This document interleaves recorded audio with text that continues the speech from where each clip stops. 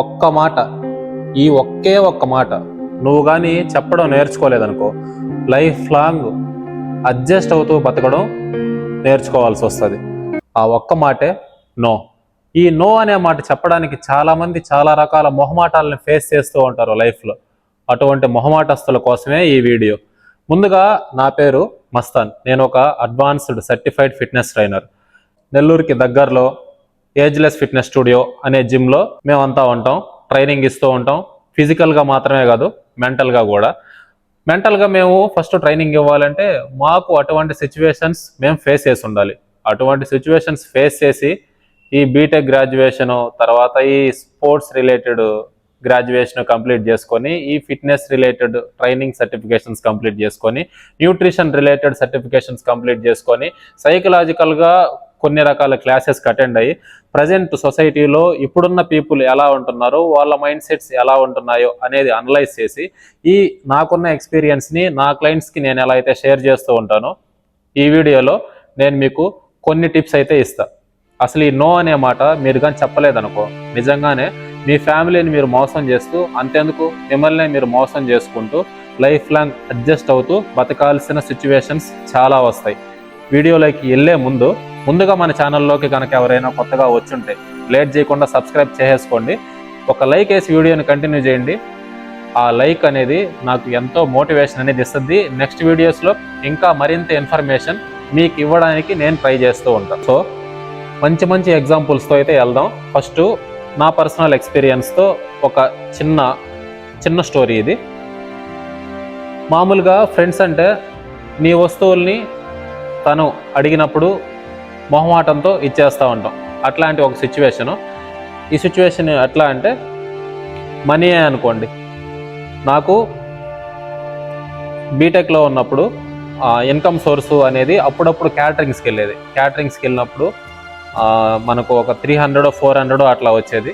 అది సేవ్ చేసుకొని కొంచెం ఏదైనా ప్రోటీన్స్ అట్లా తీసుకోవాలి అనుకునేది. అట్లాంటి ఒక టైంలో మా ఫ్రెండ్, వాడి నేమ్ చెప్పను, నాకు కొంచెం అర్జెంటు అమౌంట్ కావాలి అని చెప్తే నాకున్న ఆ అమౌంట్లోనే కొంచెం ఇస్తే, తర్వాత అంటే అడిగిన వెంటనే నో అంటే ఏమైనా అనుకుంటాడేమో ఫ్రెండ్ అనే లెక్కలో ఇచ్చేస్తే, చాలా రోజుల తర్వాత నాకు అవసరం అయ్యుండి నేను ఫోన్ చేసి నా అవసరాల్ని లేదా ఎందుకు నేను డబ్బులు మళ్ళీ అడుగుతున్నానో అని నీట్గా ఎక్స్ప్లెయిన్ చేస్తే, అప్పటికి కూడా అమౌంట్ అనేది రేపిస్తా ఎల్లుండిస్తా అంటూ చూస్తూ పోతే, నాకు ఇక్కడ ఏదైతే నిజంగా అవసరం ఉంది ఆ అవసరానికి నేను తీసుకోలేకపోయా. అంటే ఇది చిన్న అమౌంట్ అయి ఉండొచ్చు, కానీ చాలామంది ఇట్లాంటి పెద్ద అమౌంట్స్ కూడా ఒక్క మాట నో అని చెప్పలేక ఇచ్చేసి మళ్ళీ తీసుకోలేక, ఫ్యామిలీకి ఏం చెప్పాలో తెలియక అటువంటి సిచ్యువేషన్స్లో ఇంకొక దగ్గర అప్పు చేయడం, మళ్ళీ వాళ్ళ ఫ్రెండ్స్ని ఫ్యామిలీ వాళ్ళు ఏమైనా అంటే వాళ్ళు ఎక్కడ ఫీల్ అవుతారో అని వీళ్ళని మధ్యలో ఉండి కాంప్రమైజ్ చేయడం. అంటే డబ్బులు నువ్వు నో అని చెప్పలేక ఇచ్చేసి ఇటువంటి అడ్జస్ట్మెంట్స్ అన్నీ నువ్వు భరించాల్సి వస్తుంది అనేది నా ఉద్దేశం. ఫిట్నెస్ లైఫ్లో ఈ నో చెప్పకపోతే వచ్చే ప్రాబ్లమ్స్ ఏందో ప్రాక్టికల్గా మాట్లాడుకుందాం. నా క్లయింట్స్లో ఒకరు వెయిట్ లాస్ జర్నీ స్టార్ట్ చేశారు. 110 కేజీలు అయితే ఉన్నారు. వాళ్ళ నేమ్ మెన్షన్ చేయను. 110 కేజీలు ఉన్న వ్యక్తి ఫస్ట్ 1 మంత్ ఎవరికైనా కూడా భయంకరమైన ఇంట్రెస్ట్ ఉంటుంది. అదే ఇంట్రెస్ట్తో అంటే నేను ఇప్పుడు ఒక 12 reps చేయండి బ్రో అంటే 15 చేస్తూ ఉంటారు.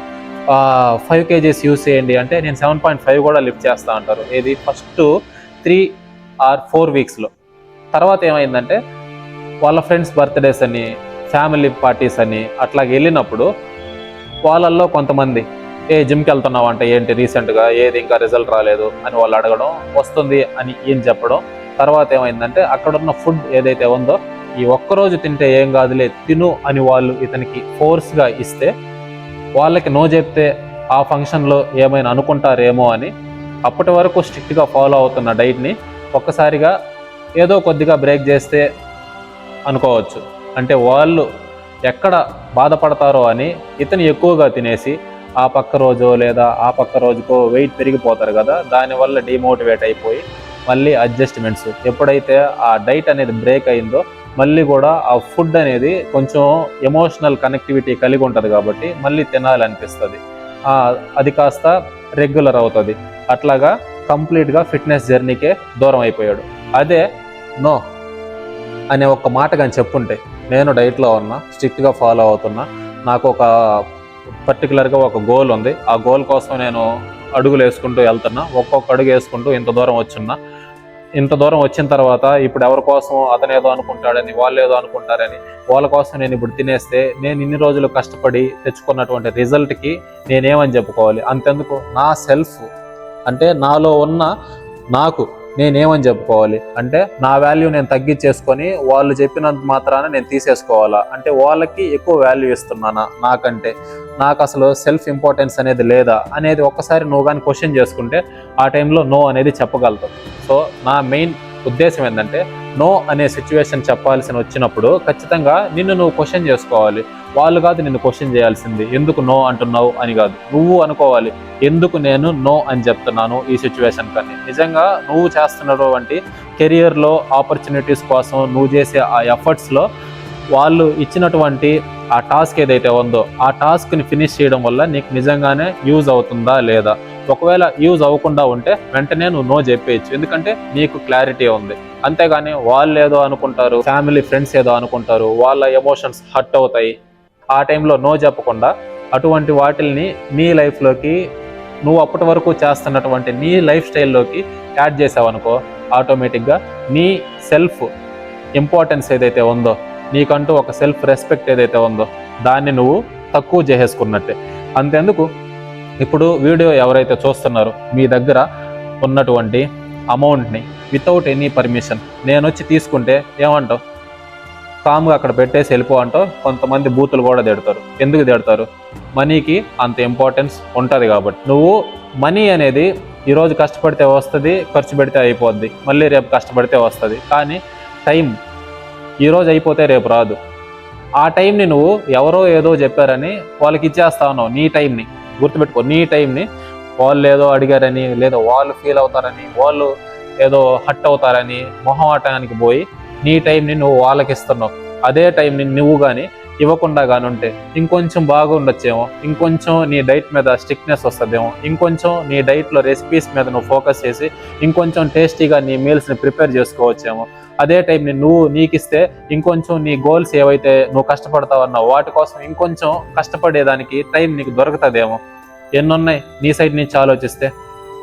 సో గైస్, నో అని చెప్పడం నేర్చుకుంటే దీనికంటే ముందు అసలు మీరు వీడియో చూసేవాళ్ళు ఎంతమంది నో అని చెప్పలేక ఇప్పుడు కొన్ని కష్టాలను అనుభవిస్తున్నారు? కామెంట్ చేయండి. నో అని చెప్పలేక ఇప్పుడు, ఒకప్పుడు నో అని చెప్పుంటే అసలు అది జరగకుండా ఉండుంటే, నేను ఆ రోజు వాళ్ళు చెప్పినంత మాత్రాన అది చేయకుండా కానీ ఉండుంటే అని ఎంతమంది బాధపడుతూ ఉంటారు, రిగ్రెట్ అనేది అవుతూ ఉంటారు.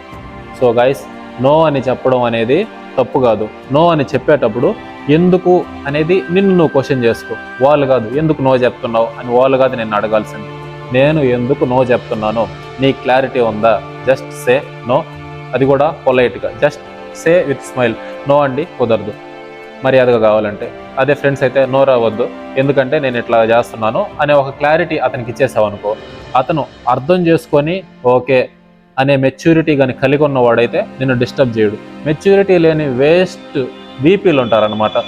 ఒక్కరోజు చేస్తే ఏం కాదులే, ఏం కాసేపే కదా, ఈ ఒక్కరోజుకి ఏమైపోద్ది. అసలు వాళ్ళకి అసలు ఆ ఒక్కరోజుకు ఉన్న వాల్యూ అనేది తెలియదు వాళ్ళకి. ఆ ఒక్క సెకండ్కి లేదా ఆ ఒక్క గంటకి ఉన్న వాల్యూ తెలియదు వాళ్ళకి. వాళ్ళు ఎన్నోసార్లు వేరే వాళ్ళ కోసం నో అని చెప్పలేక చాలా సిచ్యువేషన్స్లో ఆ మొహమాటానికి పోయి చాలా పనులు చేసేసి ఉంటారు. అటువంటి వాళ్ళు వచ్చి నీకు మోటివేషన్ ఇచ్చారంటే ఆ ఒక్క రోజుకి ఏం కాదులే, ఆ ఒక్క గంటకి ఏం కాదులే అని వాళ్ళు నీకు చెప్తే నువ్వు వాళ్ళ మాటలు విని ఏదో పెద్ద మోటివేషనల్ స్పీకర్ నీకు చెప్తున్నట్టు నువ్వు వాళ్ళ మాటలు వినడానికి అంత అర్హత లేదు వాళ్ళకి. సో అటువంటి వాళ్ళు ఎవరైతే నువ్వు నో అని ఎందుకు చెప్తున్నావో ఎక్స్ప్లెయిన్ చేసినా కూడా ఏం కాదులే అంటాడు కదా, అటువంటి వాళ్ళని దూరం పెట్టేసి హ్యాపీగా నీ గోల్స్ ఏవైతే ఉన్నాయో దాని వైపు అడుగులు వేసుకుంటూ వెళ్ళు. ఆటోమేటిక్గా నీ గోల్స్కి నువ్వు ఈజీగా వెళ్ళిపోతావు. అది ఏదైనా కానీ, వెయిట్ లాస్ అనేది కాదు కానీ ఫ్యాట్ లాస్ గోల్ అనేది ఒక ట్రైన్ జర్నీ. ఫర్ ఎగ్జాంపుల్ చెప్పాలంటే, నువ్వు తిరుపతిలో ట్రైన్ ఎక్కావు, హైదరాబాద్కి వెళ్ళాలి. ఈ మధ్యలో ఉన్న డిస్టెన్స్ మొత్తం ఆ పైలట్ ఎవరైతే ఉన్నారో లోకో పైలట్ అతను తీసుకెళ్ళిపోతా ఉంటాడు, ప్రశాంతంగా నువ్వు కూర్చో ఉంటావు. అట్లాగే వెయిట్ లాస్ అనేది కూడా ఒకసారి నువ్వు స్టార్ట్ చేసిన తర్వాత 120 కేజీల నుంచి 80 కేజీలకి రావడానికి ఈ మధ్యలో డిస్టెన్స్ అంతా కూడా ఒక్కసారి నువ్వు ట్రైన్లో జర్నీ అనేది స్టార్ట్ చేసేసావు.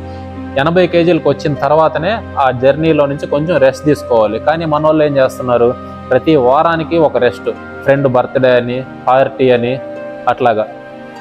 ఫర్ ఎగ్జాంపుల్ ఊహించుకో, రన్నింగ్ ట్రైన్లో నుంచి లేదా ప్రతి స్టేషన్ దగ్గర నువ్వు ఆగి మళ్ళీ నేను కాసేపు వెనక్కి వెళ్ళి వస్తాను అంటే ట్రైన్ ఏమన్నా రిటర్న్ చేసుకొని నీ కోసం వస్తాడా? వెనక్కి వెళ్ళిపోతాడు. నువ్వు నెక్స్ట్ ట్రైన్ ఎప్పుడు వస్తుందో తెలియదు.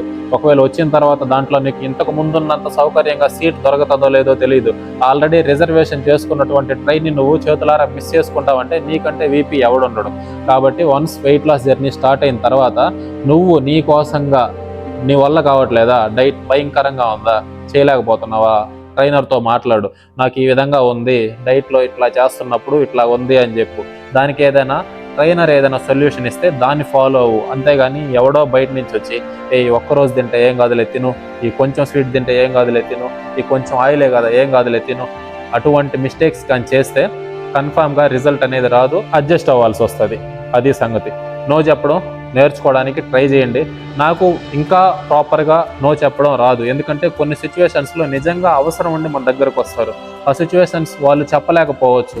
అప్పుడు ఎట్లాగంటే మనం ఆ సరౌండింగ్స్లో ఉన్న ఆ ఫ్యామిలీ రిలేటెడ్లో ఉన్న వాళ్ళ ద్వారా మనం ఆ సిచ్యువేషన్స్ తెలుసుకొని ఒకవేళ నిజంగా మన వల్ల వాళ్ళకి హెల్ప్ అవుతుంది అనుకుంటే ఖచ్చితంగా హెల్ప్ అయితే చేయాలి. అటువంటి సిచ్యువేషన్స్లో నో చెప్పమని నేను చెప్పట్లా, కానీ నిజంగా మనకు అవసరం లేని సిచ్యువేషన్స్కి మాత్రం నో చెప్పడానికి ట్రై చేయండి. అది గాయ్స్ సంగతి. నో చెప్పండి.